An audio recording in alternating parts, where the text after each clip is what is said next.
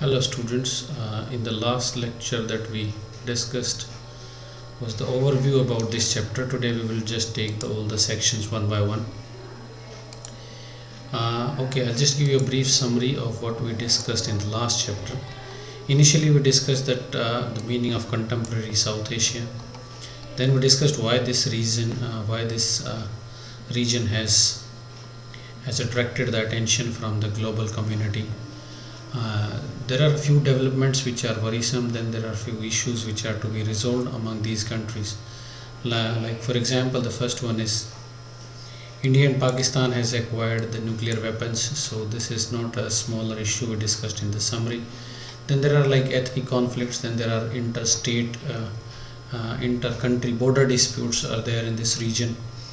We will be discussing all this. So these are basically the issues which are. Then there is like water sharing issues between if you take the example like India and Pakistan is there, like we also discussed like Indus Water Treaty, and we will be discussing all this. So the first paragraph that states is what is South Asia. So roughly speaking, geographically what we have to remember is on the western hand we have the Arabian Sea, then on the eastern hand we have Bay of Bengal, in north we have Himalayas, and on the south we have the Indian Ocean. So this is a loosely bound concept, not hard and fast. There is no particular list, but there are a few things which have been concretely made clear about this region. First thing is this, that there is a list of countries which are, if we talk about in terms of percentage, then they will be 100% be included in this region, that is Bangladesh, Bhutan, India, Maldives, Nepal, Pakistan and Sri Lanka. So these are the countries which have to be 100% involved in the discussions when we are discussing about South Asia. Then there are a few things, other lines are written here. One is Afghanistan and Myanmar are often included in the discussions in the region as a whole. So you also have to remember this thing. But then there is another exception that is mentioned here, that is China is an important player but not considered to be part of the region. So if we just like talk about what is the most prominent factor which plays a role in deciding which countries are included in this region and which are not, it is related to mostly the cultural aspect. The countries which the list that we have studied is they are sharing common history. Most of them were under the British rule and they have got the same ethnicity among their people. So that is the main criteria of identifying countries of this region. China is culturally different than us. It is, though we are sharing border with China, but then also it is culturally different, and we do not have that much people to people contact with China. So people to people contact is another important aspect while defining South Asia. Then there are these paragraphs, they are discussing the chapter summary of the chapter, like they are just like telling a little bit about Sri Lanka. There was ethnic conflict and so. In Pakistan there was initially, it was a democratic country, then there was like conflict and the military took over. So we will be discussing all this detailed when we will be discussing every country individually. So rather than discussing this portion, we will be discussing it back in the detail section about every country. Now this figure here, it shows that the preference of democracy in the region. Now it says that apart from Pakistan, all the countries, they just support democracy. In case of Pakistan also, I would like to say that it is mentioned right here that the blue mark that you see on this in this region, it is like, no, it's not that they are against democracy, but what it is mentioning is doesn't matter to me. So it doesn't matter to them whether they are ruled under dictatorial regime or it's a democratic country. So largely almost all the countries, they have been democracy, they are democracies, and people there, they just prefer the democratic form of government. And there is another thing, that is Maldives is also part of it. I just don't think that it was mentioned here in the initial list. Okay, Maldives is mentioned here, I just forgot to mention it here. But Maldives is also part of. Maldives is situated a little bit down, a little bit on the left hand side. if we talk about its geographic location with respect to Sri Lanka. You can just locate these countries on the map like Maldives. If this is Sri Lanka, Maldives is somewhere here. So this is a group of islands which is often, it is included in South Asia just because it shares the ethnicity with the whole. It has got a mostly Muslim dominated population, but it shares the cultural history along with India and the other countries in this region. Then there are like GDP wise growth is told about these countries. So these are things of lesser importance, and you don't need to worry too much about this table. Like I told you earlier, there won't be anything that would be asked from plus boxes. The first paragraph that comes in front of us is military and democracy in Pakistan. So Pakistan initially got independence along with us, as we have discussed it many times. There are few names given. Initially General Ayub Khan took over the power. Then he was, as you can see, the rank general. He was from army. Later on he just got himself elected. Then there was opposition against him. Then there is this General Yahya Khan came into power. So you just have to, most important name here is General Yahya Khan, that you have to remember, just because it was under his rule that India and Bangladesh, the Bangladesh crisis took place, where India and Pakistan fought a war in 1971, and the creation of an independent country, that is Bangladesh, took place. So if you are just asked in one marker who was the ruler of Pakistan at the time of Bangladesh crisis, then you will be writing General Yahya Khan. Then there was, after some time, there was opposition against him. Then Zulfi Ali Kar Bhutto came into power, so and so forth. Then there is General Zia-ul-Haq in 1977. So we see that there is form of democratic government. Then after some time, the institution is not that strong and military takes over. So this is the chronology that runs through time in Pakistan. In next paragraph, we will be discussing about what are the reasons for this thing. Then there is, like again told, that Benazir Bhutto. Then there was Nawaz Sharif, Pakistan People's Party is PPP, is like this Nawaz Sharif belong to. So these are the things that, these are the developments that took place in Pakistan. And then in 1991 then came the General Pervez Musharraf. He just grabbed the power, and later on he appointed himself as the president, and he ruled. And since 2008, democratic elected governments have been ruling Pakistan. So you won't be asked any question as such from this paragraph, but what you can be asked is typically in one marker, like I told you. If you are asked about who was the ruler during the time of Bangladesh crisis, then you will be naming General Yahya Khan. So that is only the important thing that is there. Other than that, there is this paragraph is that we are going to discuss next is really important.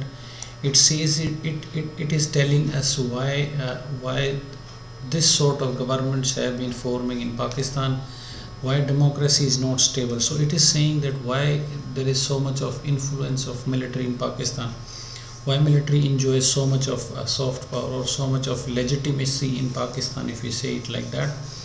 There are basically three factors. You just have to write this point wise. I'll be giving this question in your worksheet also, so you just take it a little bit seriously and try to understand all the three points in chronology itself. Now the first is the social dominance of the military, clergy and land owning aristocracy has led to frequent overthrow of the elected governments and establishment of military government. By clergy you mean the religious leaders which are dominant, they are owning resources. Then military is dominant in the sense that it controls most of the resources. It's not something like our country. Yes, military is important in our country, but it is not dominating. It is not dominantly controlling the resources in our country. And let me tell you one more thing. There was a system of Jagirdari during the Mughals, in which the officers, they were provided land grants. So that system is continuing in Pakistan's army till date. So these people, they are controlling large estates, they are controlling large resources, so they are dominant as such. Now the second thing, this is point number one, there is their dominance, their basic dominance. Now comes the point number two, that the why military is just because of the angle, the Indian angle in the politics of Pakistan. Pakistani military tries to justify its role that they are under danger from India. India, they are just like stating things like we have had active war with India many times and we could have in future. So in order to protect Pakistan, we need strong hand rather than the political or the democratic parties in power. And the Kashmir issue, like we have in our politics, it is much more higher intensity of the issue that is it is discussed in the Pakistan's politics. So the India angle is the second point. Then the third point that is contributing to the factor that why military is so much dominating in Pakistan is because the international countries, the international arena, the Western countries, they just prefer that Pakistan should be ruled dictatorially or they should be ruled by military. Just because Pakistan is a nuclear weapon state, at the same time the militant groups are also actively also very much active in Pakistan. So the Western countries, they don't want that in case there is a loosely bound democratic government and the militants might not take over the power, and the nuclear weapons could be military weapons. The nuclear weapons, they could fall into the hands of the militants. So they would never want this thing. So that is why they just support the military rule in Pakistan. So it is stating here that given their fear of the threat of what they call global Islamic terrorism and the apprehension that Pakistan nuclear arsenal might fall into the hands of these terrorist groups. So what it say is global Islamic terrorism means if the militants, they took over the power in Pakistan, that would just be like spread of militancy around the world. So Western countries are fearful of these such developments. So they don't want that any democratic government should come into power. Second is it's mentioned about the, so these are the three factors. We discussed three factors. I would revise it again. The first one is the military enjoys a dominance in terms of resources. Second one, it justifies its military rule just because of the Kashmir issue and their danger from India. They just try to convince people that it is the military which is in a better position to protect Pakistan from attacks from India.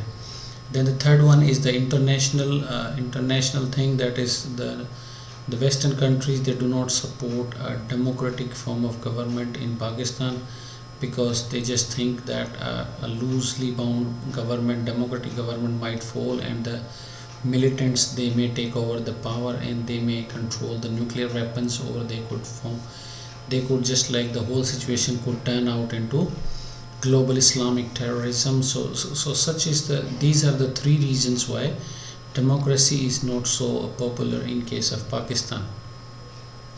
Then the next topic we have is democracy in Bangladesh. Bangladesh was carved out of the Pakistan. Initially Pakistan was divided into two. One was Western Pakistan, which is present day Pakistan, and on the eastern side today what we call as the country named Bangladesh. So they were Western Pakistan and Eastern Pakistan. So the development, those which are told in this entire paragraph is initially just like mostly the governments, they used to form from the Western Pakistan and they used to exploit the resources of the Eastern Pakistan. So the people of Eastern Pakistan, they just never felt themselves as part of the mainland, just because they were always exploited. Their rulers never came into power, so they were just like feeling inferiority among themselves. So this development took place. Sheikh Mujibur Rahman led the popular struggle against Western Pakistan domination. So what happened was this Sheikh Mujibur Rahman, it led popular protest in 1970 elections in the then Pakistan. The Awami League led by Sheikh Mujibur won all the seats in East Pakistan and secured a majority in proposed constituent assembly. What happened is he just led a popular protest against the Western Pakistan, and in East Pakistan he just won all the seats. So if you just combine both the Pakistans, in Western Pakistan there were like many parties, so nobody was able to form an alliance against this person, and he was supposed to become the Prime Minister of whole of the Pakistan. but the Western Pakistan was militarily more strong in terms of resources, so this never allowed him to be the ruler of Pakistan. And so there was like resentment, and there was like a military suppression of the people of Eastern Pakistan by the Pakistan's military. And at that time there were like huge large scale migration into India. There was large scale human right violation in your present day Bangladesh. And then India decided to intervene in this whole situation. There were like roughly, according to the government figures, there were like 10 crore people who were just like illegally migrated from the present day Bangladesh. At that time it was part of Pakistan into India. So then India intervened in the situation, and in 1971, within a month, India defeated the Pakistan's army. And at that time, like we discussed in the earlier paragraph, that General Yahya Khan was the military ruler of Pakistan. And this person, Sheikh Mujibur Rahman, though he won majority in whole of the Pakistan, but he was never allowed to rule. So under General Yahya Khan, the 1971 war was fought, and which was won by India, and India just declared Bangladesh as a sovereign country. So this was the story of creation of Bangladesh. Then there was like in 1975, Sheikh Mujibur got the constitution. Then once Bangladesh was created, this Sheikh Mujibur Rahman, he was a leader of Awami League, let me tell you, and today is in power. Sheikh Hasina is his daughter, so she is also from Awami League. So what this person did was, initially he was leading against the dictatorial regime of Western Pakistan, and when they just got their own country, this person tried to control Bangladesh with an iron hand. He just made changes to the constitution so that more power comes into his hands. And then there were like again popular protests against his rule, and then the military took over.